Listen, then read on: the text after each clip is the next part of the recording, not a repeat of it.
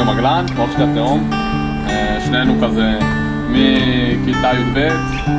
כל החלום שלנו היה כאילו להיות ביחידות הכי מיוחדות, הכי עילית, באמת כאילו מאהבה למדינה. וזה היה אלון. אני ארז קליימן, אחיו התאום של אלון קליימן, שנהרג ב-11 בפברואר במהלך הקרבות בח'אן יונס. אלון היה לוחם ביחידת מגלן, הצוות שלו היה במשימת חוד של היחידה. הם שהו באיתור במשך יומיים. במהלך השהייה שלהם הם קיבלו טיל RPG לאחד החדרים.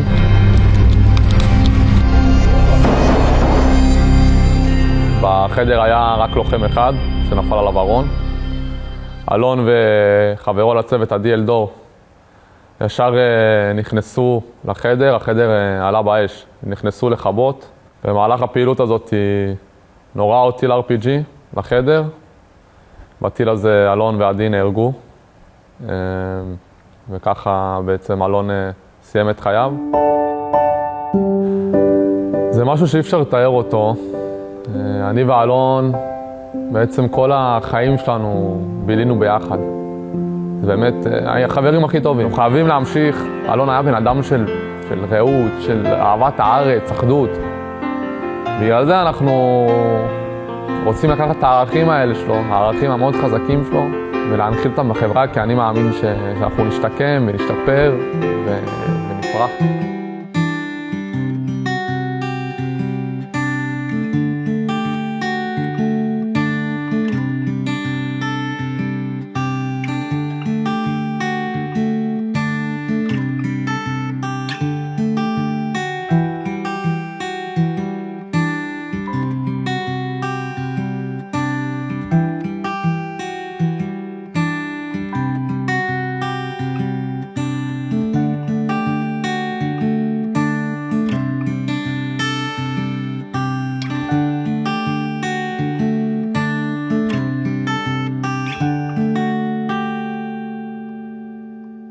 בתמונות, תשימו לב שהוא מחייך. גומות חן כאלה היו פה בצד, חיוך, משהו.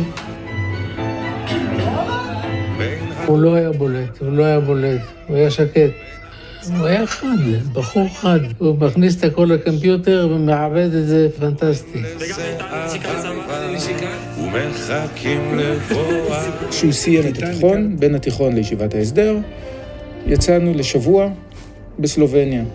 אין זורמים הבדלו, הם ימי חייך, הם ימי חייך נשטפים בזרם שמתחילים גשם רישוח. וראיתי איך הוא פתאום מתענג על איזשהו פרח מיוחד, או איזשהו צמח, או איזשהו פרפר. הוא תפס את המצלמה ופיקס והשקיע כדי לקבל את התמונה המיוחדת שהוא רוצה.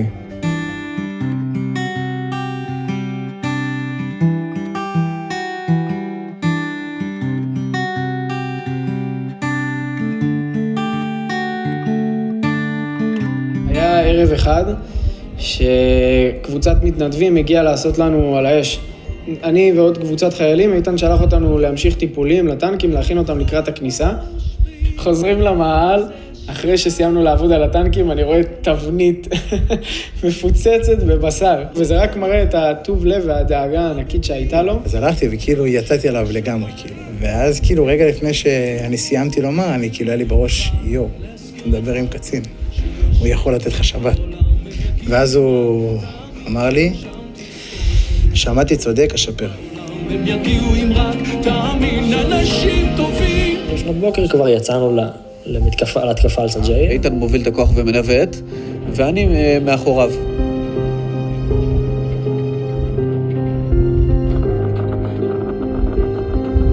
אני רואה את הטיל פוגע בהם. תוך ממש כמה שניות מהפיצוץ לא היה שקט שדי הבהיר לי שאני נשארתי לבד.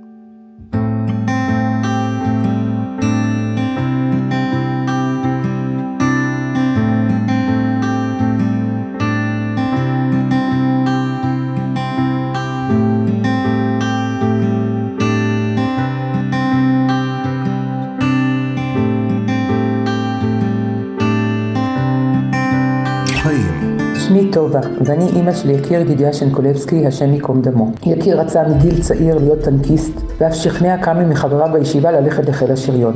מספר שבועות לפני הגיוס הוא גילה שיש לו בעיה אורתופדית שתמנע ממנו להיות חייל קרבי. נאמר לו שהבעיה עשויה להתפטר על ידי טיפול פיזיותרפי. יקיר דחה את הגיוס, עבר את הטיפול הפיזיותרפי, ואכן זכה להמשיך להיות חייל קרבי בחיל השריון. יקיר אהב מאוד את השירות הצבאי על כל היבטיו. הוא השתדל מאוד להיות חבר טוב וחייל טוב. כל משימה שלקח על עצמו עשה בחריצות ובאחריות. המ"פ שלו אמר לנו שהוא ניסה לתכנן משימות כך שהם לא ייפלו על יקיר, כי הוא תמיד התנדב לבצע אותם. ביום רביעי לפני נפילתו פגשנו אותו בפארק ערד. יקיר ידע כי בפעם הבאה שהוא וחבריו ייכנסו לעזה הם השתתפו בלחימה עצמה, והוא שמח מאוד על כך. ביום שני, כ"א בכסלו, היה צוות הטנק של יקיר בראש הגדוד בכניסה לסג'אעיה. הטנק שלהם ספג פגיעת נ"ט. יקיר נפל יחד עם חבריו איתן פיש ותובל יעקב צנעני, השם ייקום דמם. נהג הטנק ניצל בנס. במהלך שירותו של יקיר בפלוגה המבצעית, יקיר היה זה שיצר את החיבור בין חבריו שהגיעו איתו לפלוגה לבין הלוחמים הוותיקים בפלוגה. אנחנו מבקשים שחותם האחווה שיקיר הותיר במעשיו ילווה את כל החברה הישראלית. גם אם יש בינינו חילוקי דעות, עלינו תמיד לזכור שבראש ובראשונה נחשים אחים אנחנו. זו המורשת שיקיר וחבריו הותירו לנו ולאורה נלך.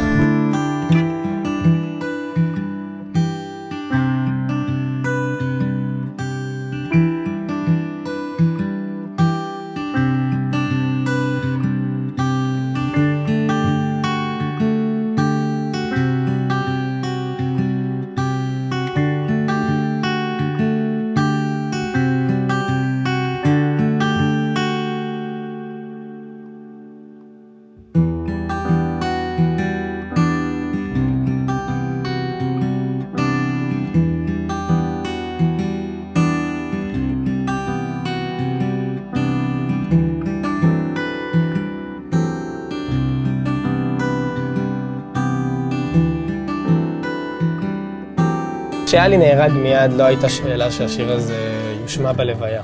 הוא הושמע וזה באמת מצמרר, כאילו המילים האלה מצמררות. זו נפילתי הסופי.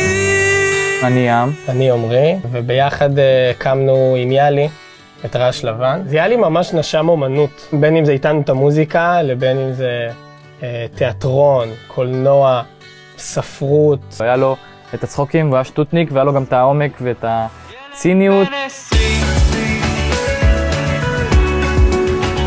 יאלי לא היה בתפקיד לוחם באותה תקופה, ופשוט הוא החליט שהוא עוזב הכל. הוא פשוט נסע לנגב, לעוטף, ועלה על טנק. שבועיים אחרי שיאלי נהרג, החלטנו שכאילו חייבים לעשות את הדבר הזה, שזה חייב לקרות. אווירה כללית זה היה כאילו פאק, חייבים, כאילו המוזיקה חייבת לצאת. הוא סיפר לי שבשטחי כינוס הוא היה משמיע את האלבום. אנשים כבר הכירו את השירים, נפגשנו בשבעה וחיילים שלו מגיעים, כאילו מזמזמים לנו שירים. זה הדבר הכי קדוש שאנחנו יכולים לעשות בחיים, כאילו להמשיך להפיץ את מילותיו, שמילותיו זה בעצם, זה הוא. שבור את הקירות, תגידי לי שאני טוב מבפנים.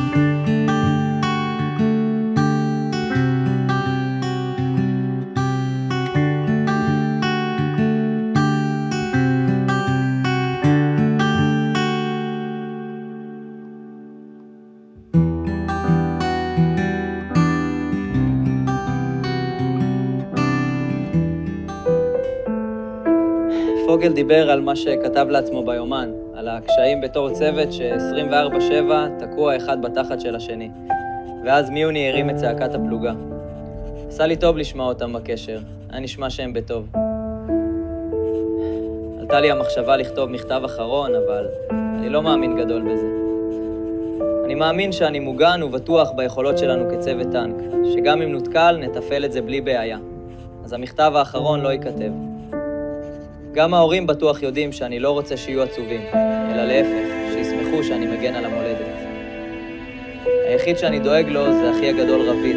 הוא לוקח קשה את זה שאני לא בבית, במיוחד עכשיו עם המלחמה. אני מקווה שהוא מרגיע את אמא ולא מלחיץ אותה יותר.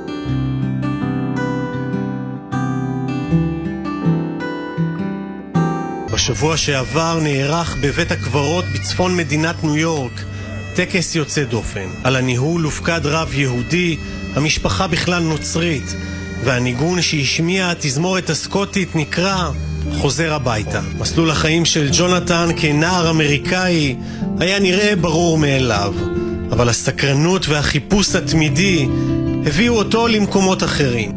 במהלך הלימודים בקולג' הוא הכיר כמה חברים יהודים והתקרב לקהילה. He had an interest in Judaism and Israel and the language and everything that was weird to me. I had no idea. סוף שנת 2020 המהלך הושלם. יונתן דין חיים עשה עלייה. He moved to Israel and I knew in my heart that if he didn't move back to America in a year, he would most likely stay there forever.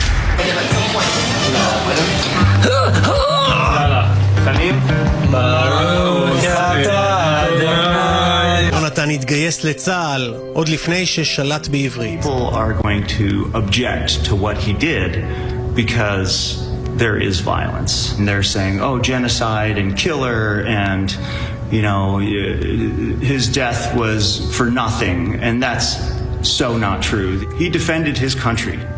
He defended his people. He will go down in history as someone who died for what they believe in. He said, I will re-enlist until this thing is over.